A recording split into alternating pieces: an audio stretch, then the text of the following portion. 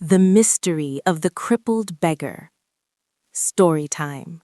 Gather round, my people, gather round.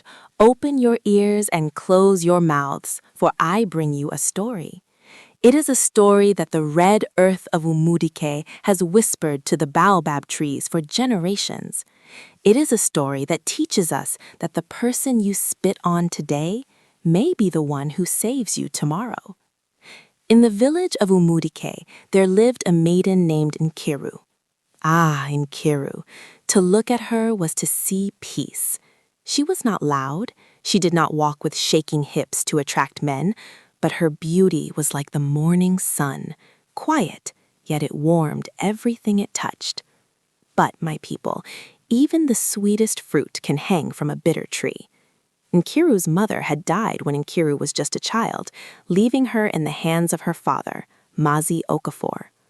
Okafor was a weak man, a man whose tongue had been tied by the beauty of his new wife, Madame Aurier. Madame Aurier, She was a woman whose smile was a trap and whose laughter was cold iron. She had her own daughter, Amaka. Amaka was beautiful on the outside, yes, but inside, she was a spoiled, sour milk. While Amaka slept on soft mats and ate the best parts of the fish, Nkiru swept the compound, fetched the water, and ate the scraps. Yet Nkiru never complained. She would sing the songs her mother taught her, washing away her sorrow with the rhythm of her work. But Madame Aurier was not satisfied with Nkiru's suffering. She saw how the villagers looked at Nkiru. When Nkiru walked to the stream, the young men would stop their wrestling. "Who is that quiet water?" they would ask. "She is the kind of woman who builds a home." Madame Aurier heard these whispers, and jealousy burned in her chest like hot palm oil. She looked at her own daughter, Amaka, who was loud and rude, and she made a vow to the night. "Nkiru will never shine above my daughter. I will bury her light in the mud." The time came for suitors to knock on doors.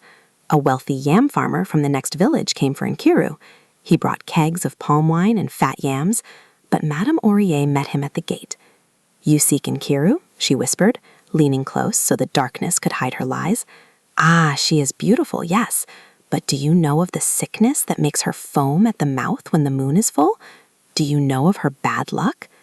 The suitor, terrified by these lies, ran away and never looked back. Nkiru wept in her room, wondering why men ran from her, not knowing the snake in her father's house was biting her heels. Now, at the edge of that village, near the dustiest road, sat a man known as Ezeanu. Ezeanu was a sight that made children run. He was a cripple. One leg was twisted and useless, dragged behind him like a dead branch. His clothes were rags, gray with dust. He held a calabash bowl, begging for mercy. "Alms, alms for the poor," his voice would crack. Villagers spat near him. Amaka, Aurier's daughter, would kick dust into his bowl as she passed.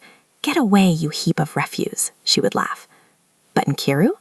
One afternoon, returning from the market, Nkiru saw Ezeanu. The sun was hot enough to melt stone. Ezeanu's lips were cracked and dry.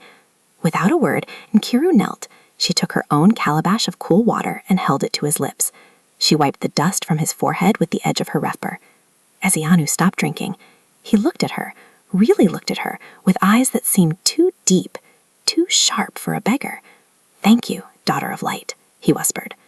"Nobody is useless in the eyes of Chikbu," Nkiru replied gently, and she walked away. She did not know that this single act of kindness had just sealed her fate. Madame Aurier saw this. Oh, she saw it from a distance. A wicked smile curled her lips. If she likes beggars so much, Ori thought, then she shall have one. That evening, the compound was tense. Ori stood tall. Mazi Okafor sat with his head bowed, staring at the floor. "Nkiru," Ori called out. Nkiru came running, wiping her hands. "Yes, Mama?" "Your father has found a husband for you," Aurier announced, her voice dripping with fake sweetness. "A man who suits your station." Nkiru smiled, hope fluttering in her chest. "Who is he, Papa?" Mazi Okafor could not look his daughter in the eye. He mumbled, It is Ezeanu." "Ezeanu?" Nkiru asked, confused. The beggar at the junction?" "The same," Ori snapped. He is a man, is he not? You are getting old. No one else wants you. You will marry him at the next market day. Papa, please. Nkiru fell to her knees. He has no home. He sleeps in the dust. Do not throw me away like this. I will serve you forever. Just do not send me to the road.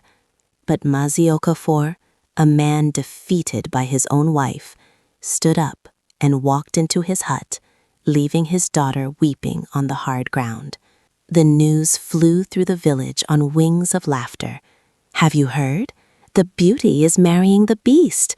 The princess of silence is marrying the king of rags. The wedding day was not a day of joy. It was a festival of mockery. There were no dancers. There was no feast. Nkiru wore a plain, faded wrapper. Her face was washed with tears. Ezeanu arrived, dragging his twisted leg. Scrape, step, scrape, step. He leaned on a rough wooden stick. He looked at Nkiru, his eyes unreadable. Amaka stood by the gate, laughing until she held her sides. Go well, sister. Make sure you find a good spot under the bridge to sleep. Nkiru felt her spirit breaking. But then she heard her mother's voice in her mind. When the world pushes you into the mud, stand up. A diamond does not lose its value because it is wrapped in a rag. She wiped her tears. She took Ezeanu's hand, his rough, calloused hand, and she walked with him, out of her father's house, out of the village, into the unknown. Ezeanu took her to a small, broken-down hut at the very edge of the forest. The roof leaked. The floor was dirt. Nkiru sat in the corner, shaking with fear. She waited for him to demand his rights as a husband. She waited for him to be cruel, for misery loves company. But Ezeanu did something strange.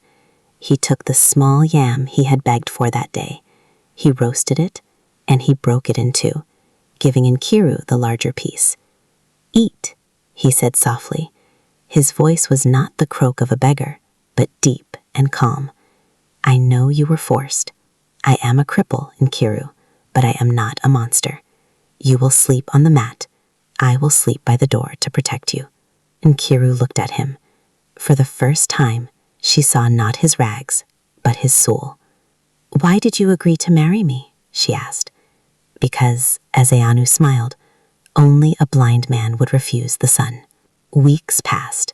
Life was hard. Nkiru farmed a small patch of land behind the hut. Ezeanu went out to beg, but the village did not leave them alone.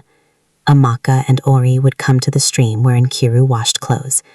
Does your husband smell like the pigs today? Ori would sneer. Nkiru would simply reply, He treats me with honor. That is more than I can say for the men in your house. Nkiru began to care for him. She washed his rags.